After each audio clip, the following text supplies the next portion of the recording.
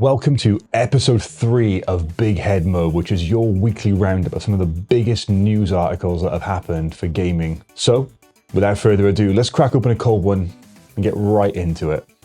I guess you just have to be prepared to die. So probably the biggest thing that happened this week in gaming was Nvidia's announcement of their new DLSS 5, which for those that don't know stands for Deep Level Super Sampling, and this is the 5th iteration of it. For those that don't know, what normally happens with DLSS is that frames in games are generated at a much lower resolution, and then AI upscaling is used to increase that to allow for the visuals that we all see when we play these games that have it. And it's been going on for a while now. As you can probably understand, we're on the 5th iteration of it. Well, we're going to be having the 5th iteration of it. But this one's a little bit different because it appears to be doing a lot more than just a little bit of upscaling. It's putting like a filter on everything. Well, it appears to be putting a filter on everything. Nvidia released a trailer showing off what it can do, and it really does change the look of the game.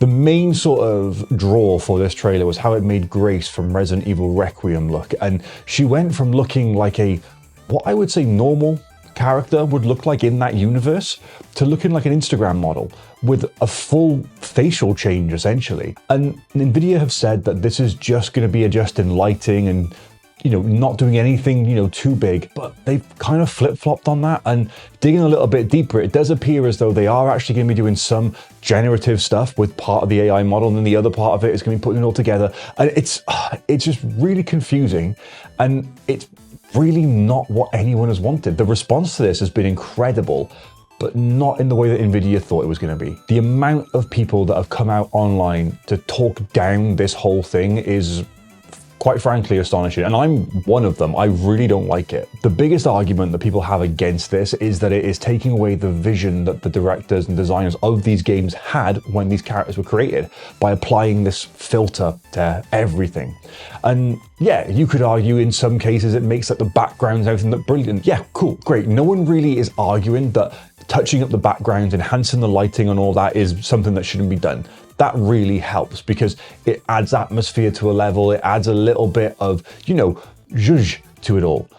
But changing the character changes a lot more. And with what we're seeing with some of these changes, it doesn't look like people are playing the same game anymore. And a lot of us are now tuned in to notice when things have got an AI filter on them. And it's really obvious with some of these faces. However, that hasn't stopped the internet from being the internet and just creating some absolute abominations. And it has been quite hilarious actually seeing what has popped up on Twitter for once, because normally Twitter is just a cesspool, but seeing these things pop up is actually quite funny. But when pressed on this, Jensen, the CEO of Nvidia, has come out and said that essentially we're wrong. Am I so out of touch? No. It's the children who are wrong. We're wrong as gamers for not liking this, and wrong as gamers for the way that we're interpreting this and what it's doing, when we can all quite clearly see that it is yassifying every single character that is put in front of it. Now, Nvidia have come out and said that the designers and developers of these games will have the ability to decide how strong DLSS 5 is implemented in these games. And if they don't want any areas touched by DLSS 5, they can then mask that out. It's a lot more work than it probably should be. But the worst bit about it is some of these developers have come out and said they didn't even know it was happening until they saw the trailer that came out that Nvidia did. People working at Capcom and Ubisoft have both come out and said that we had no idea this was going to happen to our stuff until we saw this video. But we've got to ask ourselves, who is this for? Because yes, the Nintendo Switch uses it because it will upscale some of the stuff that has been put on that console to make it look a lot better than it actually is. Great, cool, we're all for that. But do we really want everyone walking around like they've been styled by James Charles? Because, to be honest, that's not going to fit the mood of every game. AI is everywhere these days, and I fully get some of its uses in gaming. I don't support a lot of it, but I understand it. This I don't, because this just seems to me as if it's put in a different direction in a game that doesn't need it. I mean, it's just wild. And for me, like the response of we're wrong and they're right, even though we're the ones that are consuming the content and this is what we see, yeah, it doesn't sit right with me. The other thing to bear in mind is when they showed this video out, it was actually shown that it was being worked with two 5090 cards. For those who don't know, those are very, very expensive cards. One was rendering the game out and the other one was doing all the DLSS 5 stuff. So if it's going to take that much, then like, who is it going to be for? Like, who is going to have that at home? Now, granted, it's probably going to come down in scale as this goes on and as it gets developed more, but still, like, the power demands of that alone are ridiculous. It got to a point where someone pointed out that Nvidia then went back to talking about DLSS 4 on Twitter and stopped talking about 5 for a little bit. It's been really interesting to see this backlash, and for once, gamers have been united on their personal stance on all this, and it has been quite warming in a way, but also, I don't want this future. I don't want my games all looking this way. I like the unique style that some games have. It's not for me.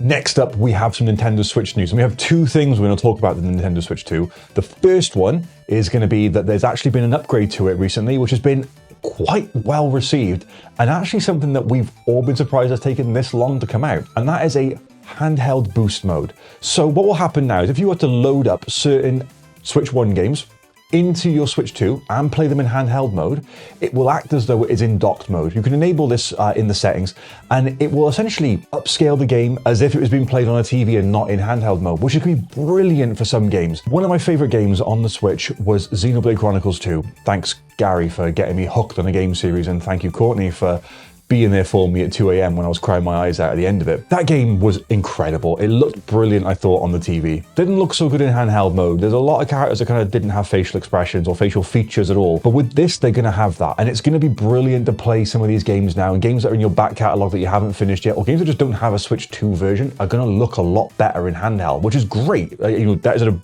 amazing thing which is going to come out. Going to be full 1080p, like the screen.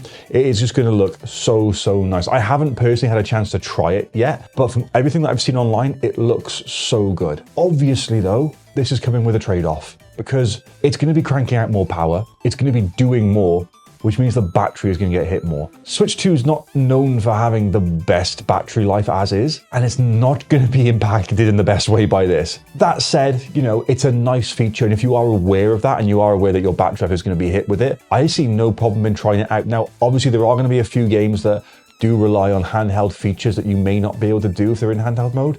I'm yet to discover one, but stuff like lava doesn't even work anyway, so who really cares? If you do notice anything that you can't do with it, then do let me know. But I think it's a really good thing, and I'm really glad it's finally come out. It's just weird that it's taken this long, because we've all kind of wanted that from the start. It's good to see Nintendo pushing this out, and it's good to see the Switch 2 actually doing something to enhance that older library, and giving gamers that are using a Switch 1 still another reason to upgrade. But speaking on that battery life, there might be a change coming to at least one region's version of the Nintendo Switch 2. This apparently has to be out by the end of June or July time. Nintendo are being pushed by the EU to make the Switch 2 more in line with a right to repair. So what that is currently looking like is that the battery is probably going to be changed into a design where it can actually be removed and replaced easier by the end consumer, which I'm all for. I'm all for devices being made repairable or having repair options available to consumers, because e-waste is a massive thing.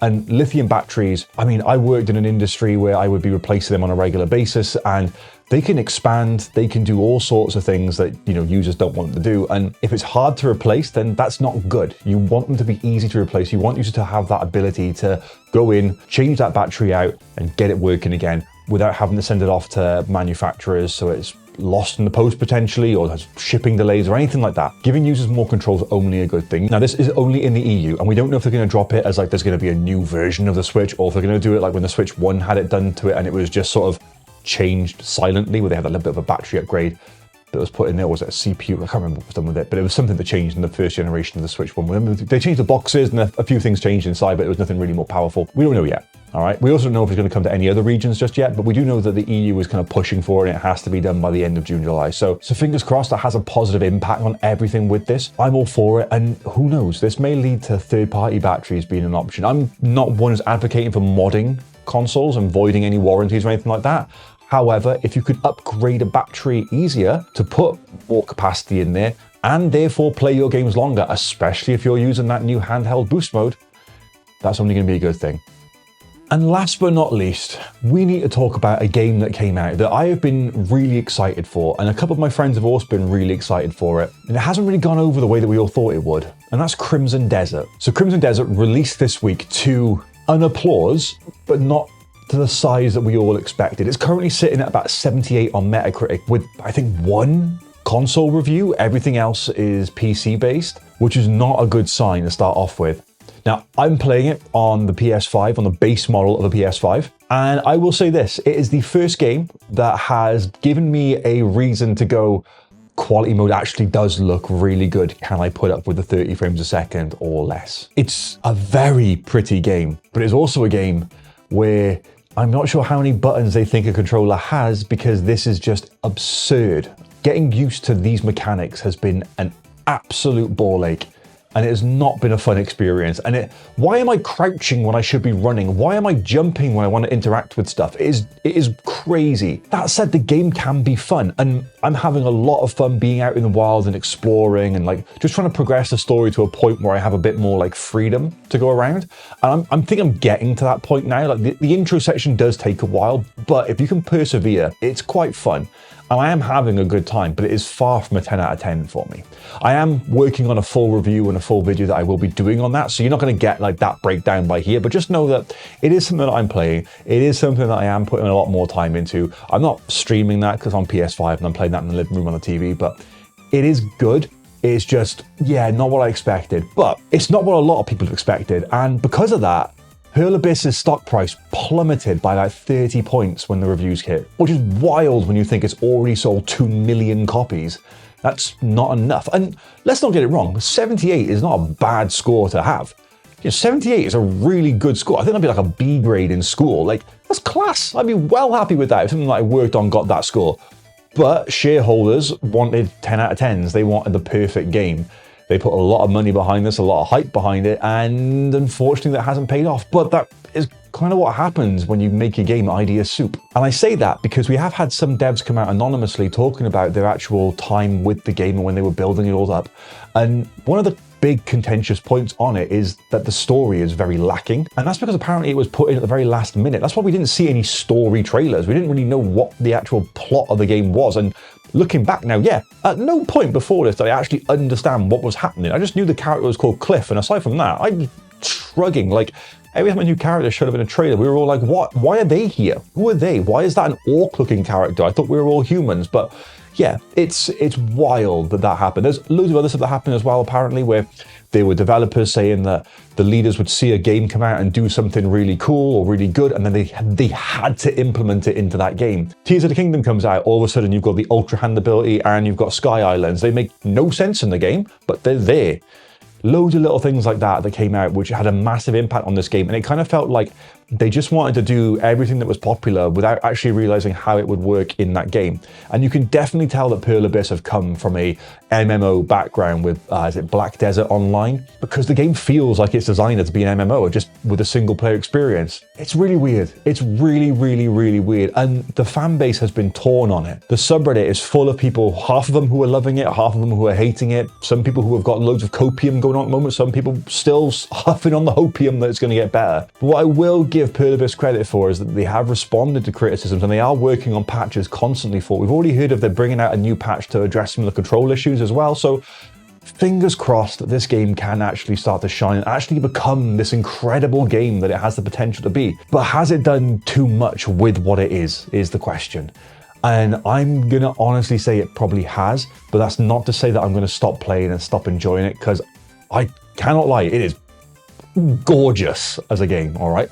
Granted, part of it does feel like I'm playing particle effects the game, but honestly, I have not seen a game which looks this pretty before. And they do a part right at the start where they make you look at the world, and you just kind of have to sit there and go, yeah, you smashed it. It looks incredible, but looks alone don't make a game.